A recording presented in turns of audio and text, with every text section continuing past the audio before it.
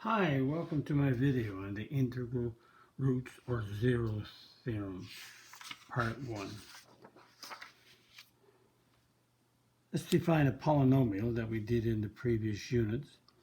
A, x to the n plus b, x to the n minus 1 plus c, x to the n minus 2, and there's, keep on going down to add on k, where a, b, and c are these are the numerical coefficients down to k belong to the integers, and the power of x belongs to the whole numbers. In other words, the power of n, belongs to w, the whole numbers. So this could be whole numbers are 0, 1, 2, 3, etc. So we can have any power, but we cannot have any negatives or fractions, etc. for these powers.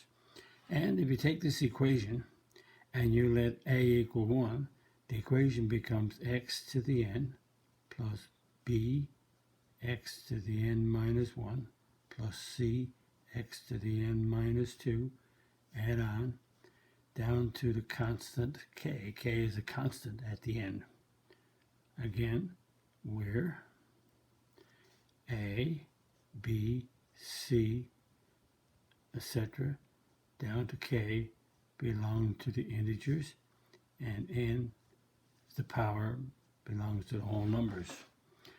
So, while I'm talking about a is 1 now, so in this video I'll have the x, the leading coefficient. The leading coefficient will be 1. So a polynomial is going to be x to the n plus b x to the n minus 1 plus c x to the n minus 2, add on down to k, and want to emphasize that k belongs to the integers. K is the constant term that's at the end of each of these polynomials that we're going to talk about. Okay, if that be the case, this k is at the end. It's an integer right here. So the factors of k are integral zeros. Now the integral means, integral is an adjective for the word integer. So integral zeros is, integral is integers. The zeros are integers of the p of x if the p of the factor, so if we find a factor and we put the p of that factor into this polynomial, then it's going to be equal to 0. That's the same as we did with the remainder theorem, the same as we did with the factor theorem. Only right now, these n numbers on the constant here, we're going to look at them as being the integral. Integers, no fractions, just integer.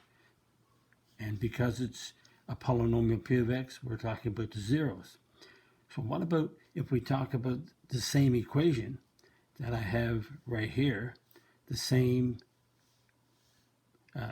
polynomial, but if the polynomial is equal to 0.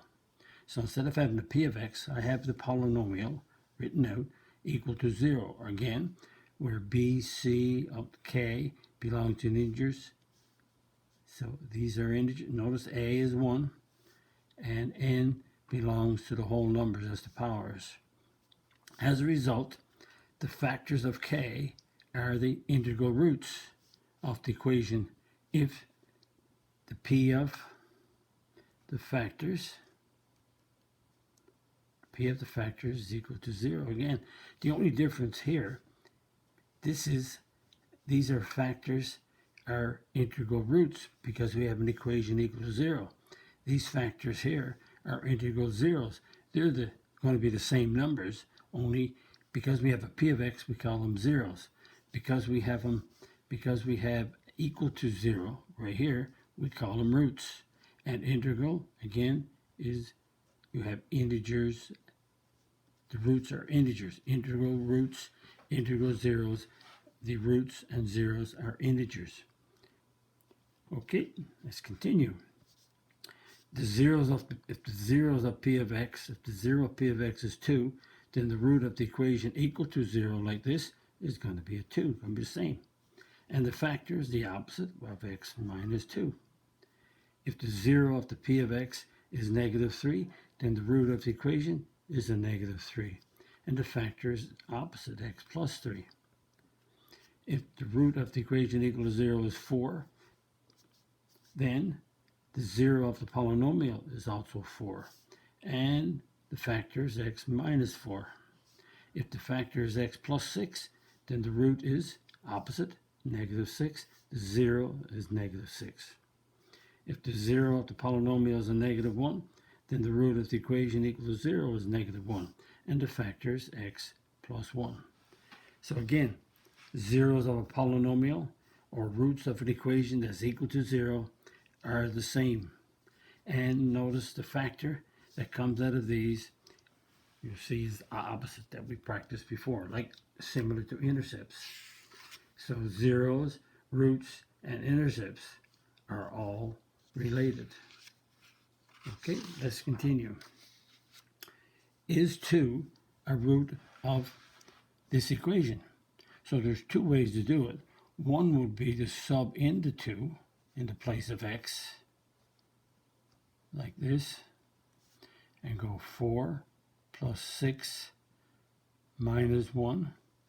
And we have, that's 4 is, that's a 10. So, oops, 10, sorry, that's a 10 there. I put down a 1 instead of a 10. So that's a 0 equals 0 because we have 0 equals 0 and 2 made the equation true. So is it a root? Yes, because it made the equation true. Another way is to take the 2 and do synthetic division. 1, 3, and negative 10. 1, 3, negative 10. Draw a line, bring down your 1. Multiply, 2, add, 5. Multiply, 2 times 5 is 10. Add 0. So notice, that's your remainder right there. So you can either plug the 2 in to check to see if it makes the equation true, or do synthetic division, get a remainder of 0. So this is working it out like the p of x, plugging x in. But you can do it either through subbing it in the equation or synthetic division. Is negative 3 is 0 of this polynomial? Notice now, up here we got an equation equal to 0, so I'm calling a root. Notice here I'm calling it a 0 because I have a polynomial. So the zeros of a polynomial or the roots of an equation, same.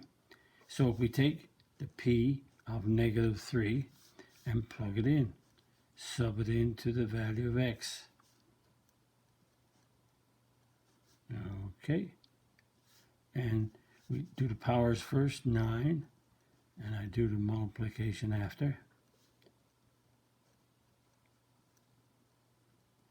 And that gives us a root of 24.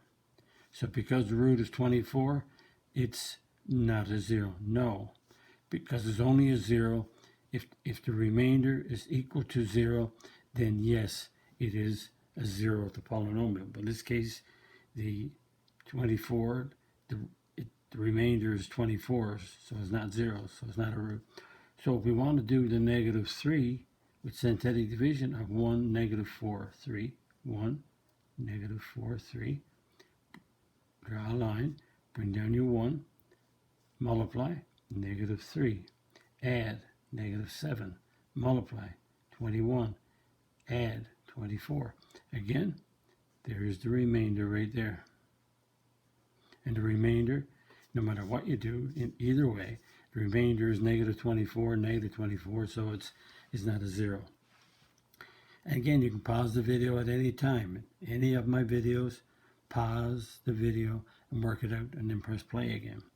Is negative 1 a root of this equation? So we can sub it in. So sub negative 1 in the place of x. And if it's a root, then it makes the equation true. So that's negative 1 cubed is negative 1. And we have to work out the powers first. So negative 1 squared is 1.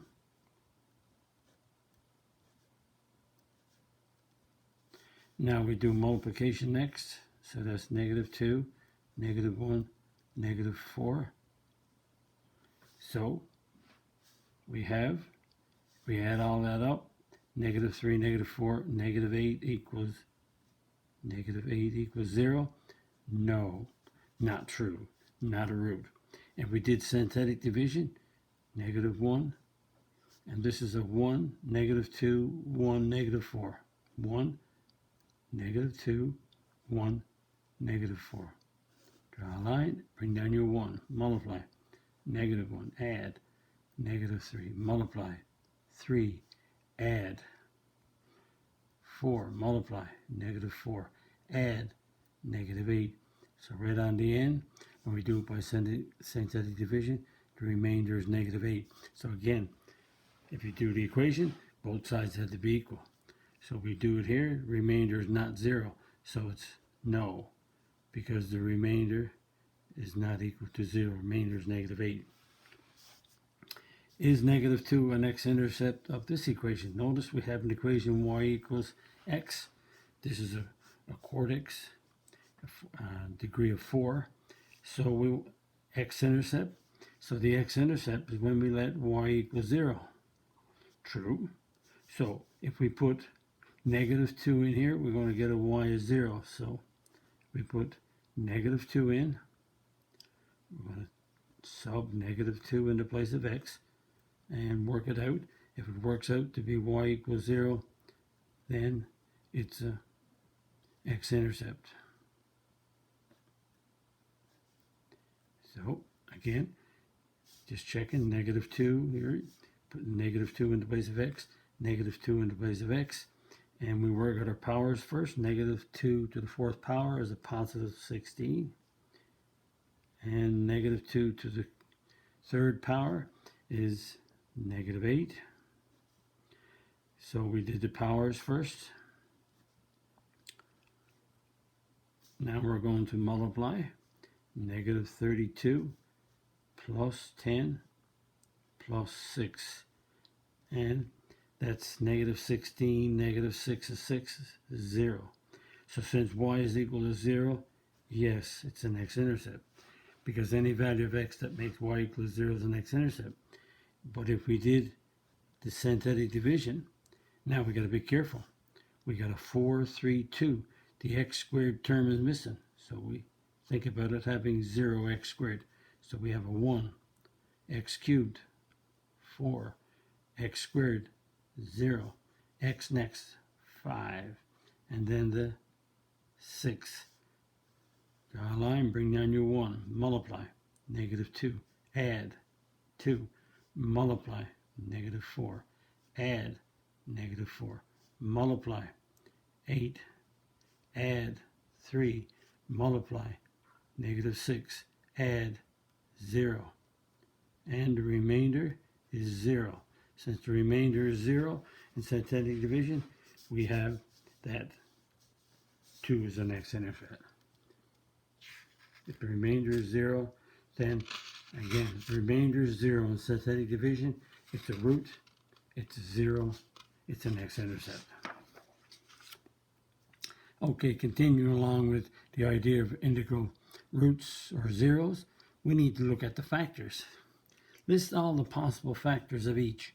So all the factors of 10, 10 is 1 times 10 and 2 times 5. So all the possible factors of 10 are plus minus 1, plus minus 2, plus minus 5, and plus minus 10. Now I'm just putting them in order, because if you have a 10, then you could have a plus 1 or a minus 1, plus 2 or a minus 2, etc. If you have a -3, the factors of 3 are 1 times 3. So you could have a plus minus 1 or a plus minus 3 are the possible factors of a -3. If you have a 14, you go 1 times 14 and 2 times 7. So in order, I got a plus minus 1, plus minus 2, plus minus 7, and a plus minus 14. They're all the possible integral factors of 14.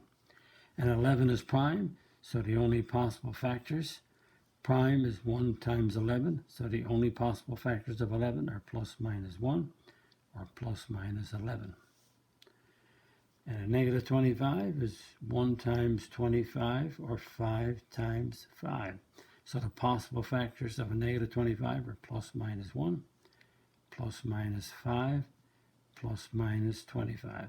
Remember, we're talking about integral factors, integers, not fractions. There are many numbers that you can multiply to give you 10. But we're talking about the integers that will be multiplied to give you 10. And the factors of 2 are 1 times 2, so the possible plus minus 1 and plus minus 2. We will use this to come up to solve equations later, integral factors. Which ones are not possible integral roots? Notice now we're talking about integral roots of this equation. So the integral roots, remember, are the values of k on the end. Notice a is 1. So the integral roots are the factors of this negative 6. So negative 1, yes, could be a factor of negative 6. 5, no.